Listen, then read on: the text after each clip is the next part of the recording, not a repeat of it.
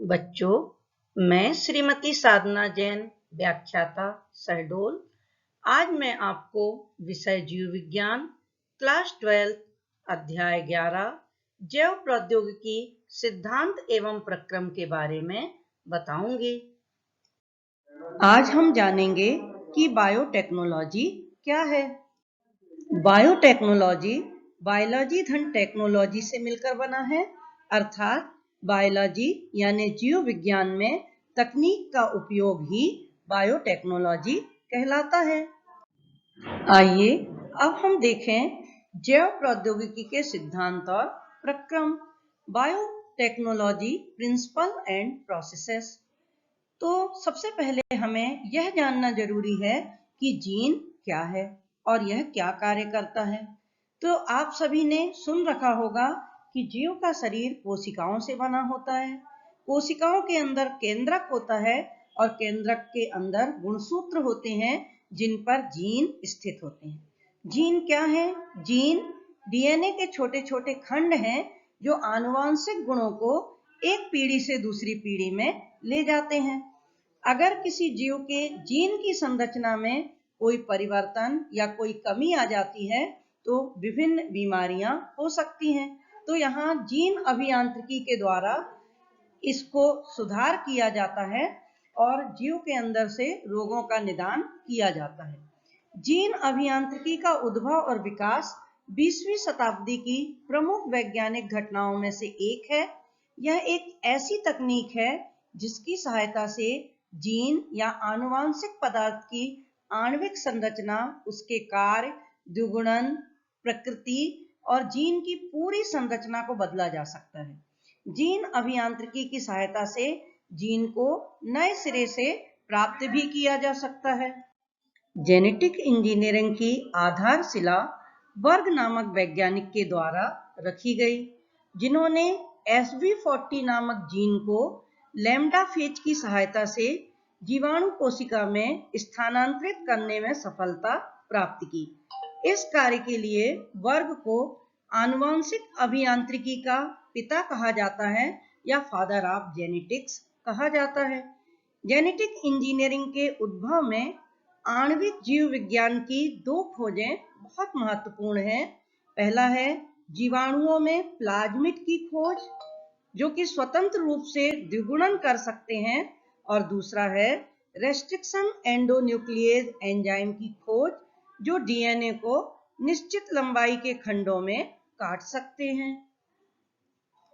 आइए सबसे पहले हम यह जानें कि रेस्ट्रिक्शन एंडोन्यूक्लियेज एंजाइम क्या है और यह क्या कार्य करता है।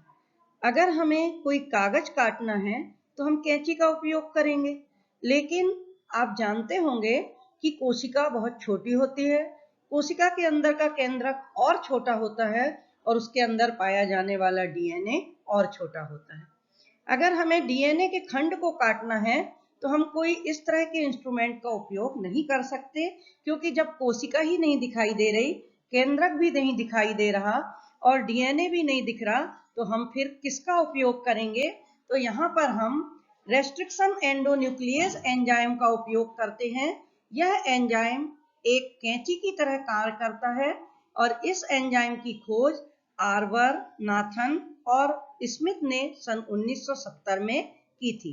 इसके लिए उन्हें सन 1978 में नोबेल पुरस्कार से भी सम्मानित किया गया था।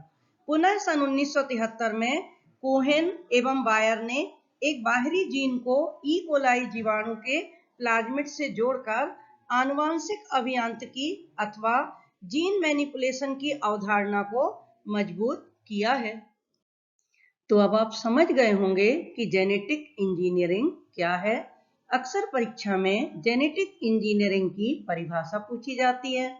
विज्ञान की वह शाखा जिसमें डीएनए के अणु या जीन में निहित प्राकृतिक कमियों का उन्मूलन किया जाता है और विशिष्ट जीन को स्वेच्छा से जीन तकनीक के द्वारा परिवर्तित या विकसित करके गुणसूत्रों में प्रत्यारोपित किया जाता है, इसे हम जेनेटिक इंजीनियरिंग कहते हैं, या the branch of science by which important and permanent changes are created in plant and animal by increasing, decreasing, manipulation and transplantation of genetic units is called genetic engineering.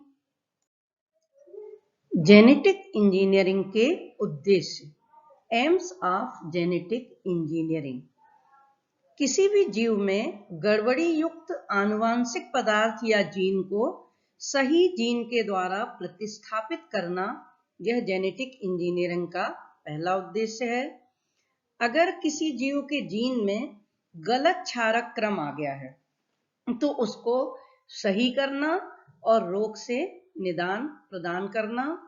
जैसे कि मनुष्य के haemoglobin को बनाने वाले जीन में केवल एक क्षारक के प्रतिस्थापन द्वारा सिकल सेल एनीमिया रोग हो जाता है, और अगर इसे आनुवांशिक अभियांत्रिकी तकनीक के द्वारा सही कर दिया जाए तो इस रोग से छुटकारा मिल सकता है। तीसरा है विभिन्न वांछित गुणों से युक्त जीवाणु, पादप और जंतु को उत्पन्न करना, अर्थात ऐसे जीवाणु, पौधे और जंतु उत्पन्न करना जिसमें इच्छा के अनुसार वांछित गुण हो या इच्छा के अनुसार गुण हो। मनुष्य में पाए जाने वाले विभिन्न रोगों के लिए डायग्नोस्टिक किट का निर्माण करना, संक्रामक रोगों के लिए अधिक प्रभावशाली और सस्ते वैक्सीन का निर्माण करना, जैसे वर्तमान समय में कोरोना वैक्सीन का निर्माण जेनेटिक इंजीनियरिंग के कारण ही पॉसिबल हो पाया है। अगला, पालतू जानवरों और फसलों की विभिन्न प्रजातियों को विकसित करना।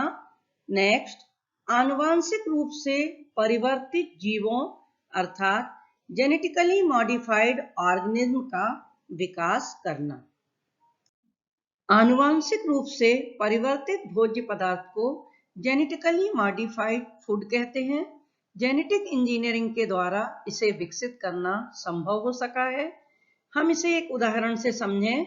अगर राजस्थान में धान की खेती करना है और पानी कम है तो ऐसे बीज तैयार किए जाएं जो कम पानी में लहलहाती फसल उगा सके। अगर सब्जियों को कीड़ों से बचाना है तो उनमें रोग प्रतिरोधक क्षमता बढ़ाई जाए आदि। रोग और कीट प्रतिरोधी फसलों की किस्मों को उत्पन्न करना। डीएनए फिंगरप्रिंटिंग द्वारा अपराधियों की पहचान और पैतृक संबंधों में अड़चन का समाधान करना, यानी डीएनए फिंगरप्रिंटिंग के द्वारा अपराधी को पहचाना जाता है, क्योंकि हर किसी के डीएनए का आकार या उसकी संरचना अलग अलग होती है। इसी तरह से मान लीजिए कोई दो दंपत्ति किसी बच्चे पर अपना दावा प्रस्तुत करें तो डीएनए की पहचान करके, माता पिता के डीएनए और बच्चे के डीएनए की पहचान करके उसका मिलान करके पैतृक संबंधों की अड़चन का समाधान किया जा सकता है। विभिन्न प्रकार के जीवों की उत्पत्ति और विकास की प्रक्रिया को समझने में जेनेटिक इंजीनियरिंग मददगार है, और विभिन्न प्रकार की फसलों में नाइट्रोजन स्थिरीकरण की क्षमता का विकास करना भी जेनेटिक इंजीनियरिंग के कारण ही पॉसिबल हो सका है। जैसा कि मैंने आपको बताया है, जेनेटिक इंजीनियरिंग के अंतर्गत जीन में निहित प्राकृतिक कमियों का उन्मूलन और विशिष्ट जीन को स्वेच्छा से जीन तकनीक के द्वारा परिवर्तित या विकसित करके गुणसूत्रों में प्रत्यारोपित किया जाता है।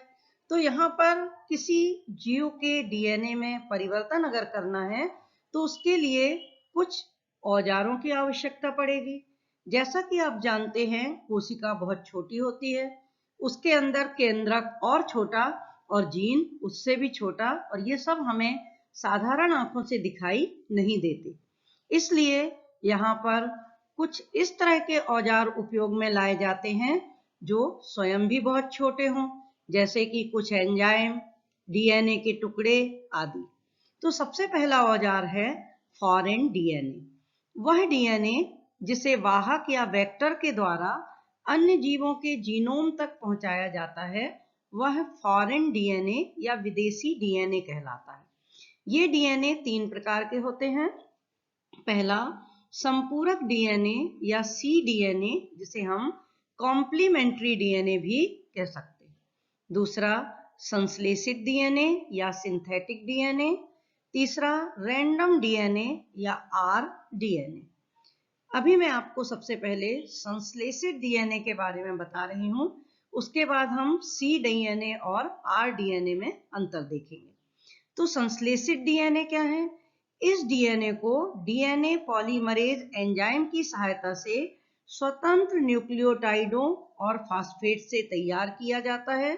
सर्वप्रथम होरानड और उनके सहयोगियों ने 1965 में ई कोलाई का संश्लेषित डीएनए तैयार किया था। आइए अब हम जानें कि पुनर्योगज डीएनए और संपूरक डीएनए क्या है और इनमें क्या अंतर है। तो सबसे पहले हम देखें पुनर्योगज या रिकॉम्बिनेंट डीएनए, जिसको हम आरडीएनए के नाम से भी जानते हैं। यह पुनर्योगज डीएनए है। यह 2 सूत्र युक्त होता है और 2 विभिन्न जीवों के डीएनए से बना होता है। इसके निर्माण हेतु लाइगेज एंजाइम की आवश्यकता होती है। अगला डीएनए है सी डीएनए या संपूरक डीएनए। यह संपूरक डीएनए है जो एकल सूत्री होता है और इसके निर्माण में केवल एक जीव के डीएनए की आवश्यकता पड़ती है। इसके निर्माण हेतु रिवर्स ट्रांसक्रिप्टेज एंजाइम की आवश्यकता पड़ती है, जो एमआरएनए के ऊपर इस सी डीएनए या संपूरक डीएनए को बनाता है। डीएनए पुनर्योजन तकनीक के उपकरण या औजार के अंतर्गत अगला पॉइंट है प्रतिबंधन एंजाइम या रेस्ट्रिक्शन एंजाइम। ये एंजाइम 2 तरह के होते हैं, एक्सोन्यूक्लिएज और एंडोन्यूक्लिएज। सबसे पहले हम यह जानें कि रेस्ट्रिक्शन एंजाइम क्या कार्य करते हैं। तो मैंने पहले भी बताया है, ये डीएनए को विशेष स्थान से काटने का काम करते हैं। अब एक्सोन्यूक्लिएज कहाँ से काटेगा? यह एंजाइम डीएनए के छोर से न्यूक्लियोटाइड को हटाते हैं या काटते हैं। और एंडोन्यूक्लिएज एंजाइम डीएनए को भीतर विशिष्ट स्थल पर काटने का काम करते हैं। अगला औजार है क्लोनिंग संवाहक या क्लोनिंग व्हीकल अर्थात वाहन या वेक्टर। तो अब हम यहाँ पर देखें कि ये वाहक या वेक्टर क्या होते हैं। डीएनए पुनर्योजन तकनीक में कोई बाहरी जीन, जिसको हम विदेशी जीन कहेंगे, यानी किसी दूसरे जीव का जीन, विदेशी जीन को अपने साथ इच्छित स्थान तक ले जाने वाले डीएनए खंड को ही वेक्टर या वाहक कहते हैं। अर्थात वेक्टर या वाहक क्या हैं? ऐसे डीएनए के खंड हैं जो अपने साथ दूसरे जीव के डीएनए को या जीन को जोड़ने की क्षमता रखते हैं और अपने साथ एक स्थान से दूसरे स्थान या एक कोशिका से दूसरी कोशिका के अंदर ले जाने की क्षमता रखते हैं। किसी वेक्टर या वाहक में कुछ विशेषताएं होनी चाहिए ताकि वह अपने कार्य को अच्छे से कर सके। पहला, इनमें स्व-द्विगुणन की क्षमता होनी चाहिए, अर्थात अपने आप अपनी संख्या को दुगना करने की क्षमता होनी चाहिए। दूसरा, इनका अणुभार कम होना चाहिए ताकि इस पर बड़े डीएनए या जीन को जोड़ा जा सके, क्योंकि वेक्टर या वाहक क्या करते हैं? दूसरे जीव के डीएनए या जीन को अपने में जोड़ते हैं और दूसरी कोशिकाओं तक ले जाते हैं। तीसरा, पोषक कोशिका के अंदर इनका विनिष्टीकरण अर्थात नष्ट नहीं होना चाहिए और इनका विलगन तथा शुद्धिकरण आसान होना चाहिए। तो ये सभी लक्षण किसी वेक्टर या वाहक के होने चाहिए। आइए अब हम इन वेक्टर के बारे में जानते हैं। प्लाज्मिड, कॉस्मिड, फेजमिड और विषाणु वेक्टर की तरह कार्य करते हैं। सबसे पहले हम प्लाज्मिड के बारे में जानते हैं। प्लाज्मिड अतिरिक्त गुणसूत्रीय संरचनाएं हैं जो जीवाणु के अंदर स्वतः गुणित होती रहती हैं और इनका डीएनए 2 सूत्रों का बना प्रायः गोलाकार होता है। इन पर अन्य जीनों के अतिरिक्त प्लाज्मिड की प्रतिकृति करने वाले जीन पाए जाते हैं। पुनर्योगज डीएनए तकनीक में प्रयुक्त प्लाज्मिड में प्रतिजैविक रोधिता वाले जीन भी होते हैं, जिससे पुनर्योगज डीएनए अणुओं की पहचान संभव हो पाती है। हम यहाँ इस चित्र के माध्यम से भी प्लाज्मिड देख सकते हैं। प्लाज्मिड को हम ये भी कह सकते हैं कि किसी जीवाणु या बैक्टीरिया की कोशिका में पाए जाने वाले मुख्य डीएनए के अलावा जो डीएनए के छोटे छोटे खंड होते हैं वो प्लाज्मिड कहलाते हैं और इनकी संख्या 1 से 20 तक हो सकती है। तो एक बार और देखें, प्लाज्मिड क्या है? जीवाणु या बैक्टीरिया की कोशिकाओं में पाए जाने वाले मुख्य डीएनए। ये जो मुख्य डीएनए है, इस मुख्य डीएनए के अलावा छोटे छोटे डीएनए के जो टुकड़े हैं वो प्लाज्मिड कहलाते हैं। इसी तरह ये प्लाज्मिड काम कैसे करते हैं? तो यहाँ हम देखें, ये आप चित्र में प्लाज्मिड देख रहे हैं। यहाँ पर ये जो कैंची जैसा चित्र बना है, तो वास्तव में यहाँ कैंची काम नहीं करती, यहाँ पर रेस्ट्रिक्शन एंजाइम काम करते हैं और वो प्लाज्मिड के किसी टुकड़े को काटकर वहां से अलग कर देते हैं और किसी इच्छित जीन के टुकड़े को जिसको यहाँ जोड़ना है उसको भी रेस्ट्रिक्शन एंडोन्यूक्लियस एंजाइम यहाँ से कट करते हैं और वो प्लाज्मिड के साथ जोड़ देते हैं और इस तरह से पुनर्योगज डीएनए अणु बन जाता है और इस पुनर्योगज डीएनए अणु को फिर से जीवाणु कोशिका या किसी दूसरे जीव की कोशिका में अंदर भेज दिया जाता है। तो इस तरह से प्लाज्मिड का काम है किसी फॉरेन डीएनए के टुकड़े को अपने से जोड़कर किसी दूसरे जीव की कोशिका में ले जाना। अगला क्लोनिंग वाहक है प्लाज्मिड। प्लाज्मिड विशेष प्रकार के क्लोनिंग वाहक हैं। इनका आकार छोटा होता है और रेस्ट्रिक्शन एंजाइम द्वारा काटे जाने पर आवश्यक रूप से इनके दोनों किनारों पर कोहेसिव क्रम अर्थात चिपकने वाला क्रम या एकल क्षार क्रम उत्पन्न हो जाता है। अगला है फेजमेट। ये एक संयुक्त वाहक है जिसे जीवाणुओं में पाए जाने वाले प्लाज्मिड एवं जीवाणु भोजी के डीएनए को मिलाकर बनाया जाता है। पुनर्योगज डीएनए तकनीक का अगला औजार है टैग पॉलीमरेज। यह एक डीएनए पॉलीमरेज एंजाइम है। इसका उपयोग पॉलीमरेज चेन अभिक्रिया में होता है। अगला है रिवर्स ट्रांसक्रिप्टेज। इस एंजाइम की सहायता से आरएनए से डीएनए बनाया जाता है। वैसे तो हमेशा डीएनए पर आरएनए बनता है, पर ये जो रिवर्स ट्रांसक्रिप्टेज एंजाइम है इसकी सहायता से आरएनए से डीएनए बनाया जा सकता है और इस प्रकार के डीएनए को कॉम्प्लीमेंट्री डीएनए या सीडीएनए कहते हैं। अगला डीएनए लाइगेज। इस एंजाइम का उपयोग डीएनए के दो खंडों को जोड़ने में किया जाता है, अर्थात यह गम या गोंद की तरह कार्य करता है। आइए अब हम कुछ महत्वपूर्ण प्रश्नों के बारे में जानते हैं। यहाँ पर प्रश्न है, टीआई प्लाज्मिड क्या है? आनुवांशिक अभियांत्रिकी में इसकी क्या उपयोगिता है? तो आंसर है एग्रोबैक्टीरियम ट्यूमिफेसिएंस नामक जीवाणु में पाए जाने वाले विशिष्ट प्लाज्मिड जो द्विबीजपत्री पौधों में संक्रमण के पश्चात ट्यूमर निर्माण को अभिप्रेरित करते हैं, टीआई प्लाज्मिड कहलाते हैं। अर्थात टीआई प्लाज्मिड क्या कर रहे हैं? द्विबीजपत्री पौधों में संक्रमण के बाद उनमें ट्यूमर उत्पन्न कर रहे हैं। प्लाज्मिड क्या है? यह मैंने आपको पहले ही बताया है कि प्लाज्मिड जो होते हैं वो जीवाणु की कोशिका में पाए जाते हैं और इनमें स्वद्विगुणन का गुण होता है।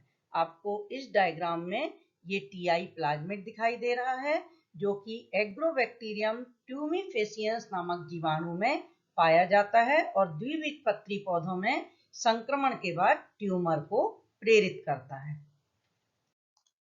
अगला प्रश्न है, चिकित्सा के क्षेत्र में आनुवांशिक इंजीनियरिंग के कोई 3 उपयोग लिखिए। तो आइए देखते हैं। पहला उपयोग है, गोइडिल ने ई कोलाई के डीएनए में वृद्धि हार्मोन के जीन को निवेशित करके माध्यम से मनुष्य के वृद्धि हार्मोन का संश्लेषण कराया, अर्थात ऐसा हार्मोन संश्लेषित कराया जो मनुष्य में वृद्धि करने के लिए जिम्मेदार है। दूसरा है, हेपेटाइटिस बी एक संदूषित जीन के कारण होता है। उसे प्रतिस्थापित कर वैज्ञानिक ने इस रोग का इलाज ढूंढ लिया। हेपेटाइटिस बी यकृत के संक्रमण का एक रोग है और इसका इलाज ढूंढ लिया गया है। किसके द्वारा? जेनेटिक इंजीनियरिंग के द्वारा। अगला है कृत्रिम जीन निर्माण द्वारा जीन संवर्धन तकनीक मानव में इंसुलिन या मधुमेह की बीमारी को दूर करने के लिए तैयार करना, इसमें भी सफलता प्राप्त कर ली गई है। अगला प्रश्न है, जीन बैंक से आप क्या समझते हैं और इसका क्या महत्व है? तो आप सभी जानते होंगे कि जिस तरह से जब हमारे पास आवश्यकता से अधिक पैसा होता है तो उसे हम बैंक में रखते हैं और जब जरूरत हो तब उसका उपयोग करते हैं। तो इसी तरह से जो जीन बैंक है, इस जीन बैंक के अंतर्गत जीनों को जीवों में या संश्लेषित अवस्था में संरक्षित करने वाली संस्था या स्थान को ही जीन बैंक कहते हैं। अर्थात जीन बैंक के अंदर जीन को संरक्षित रखा जाता है। तो जीन को संरक्षित कैसे रख रहे हैं? तो जीवों की कोशिकाओं में पाए जाने वाले आनुवांशिक पदार्थ या डीएनए का संरक्षण किया जाता है और आनुवांशिक पदार्थ या डीएनए ही जीन है और यह एक पीढ़ी से दूसरी पीढ़ी में लक्षणों या गुणों को ले जाता है। तो डीएनए का संरक्षण करने की दो विधियां हैं। पहला उपाय है दुर्लभ जीवों को संरक्षित रखा जाए, अर्थात दुर्लभ पौधे या जंतुओं को जूलॉजिकल या बॉटनिकल गार्डन में संरक्षित किया जाए। और दूसरे उपाय के अंतर्गत जीवों की कोशिकाओं या ऊतकों को सुरक्षित रखा जाए ताकि उनके अंदर का जो डीएनए है वह आगे जाकर नए जीव के निर्माण में मददगार हो सके। जीन बैंक का महत्व यह है कि जीन बैंक में जीनों को संरक्षित रखा जाता है और उसके द्वारा नई उन्नतशील जातियों को तैयार किया जाता है और उन पर अनेक वैज्ञानिक परीक्षण भी किए जाते हैं। अक्सर परीक्षा में यह प्रश्न पूछा जाता है कि जैव प्रौद्योगिकी के प्रयोगों में जीन गन की भूमिका बताइए। आप जानते होंगे गन अर्थात बंदूक और जीन गन अर्थात जीन को ले जाने वाली बंदूक। परपोषी कोशिका में विजातीय डीएनए को प्रवेश कराने हेतु प्रयुक्त युक्ति को जीन गन कहते हैं।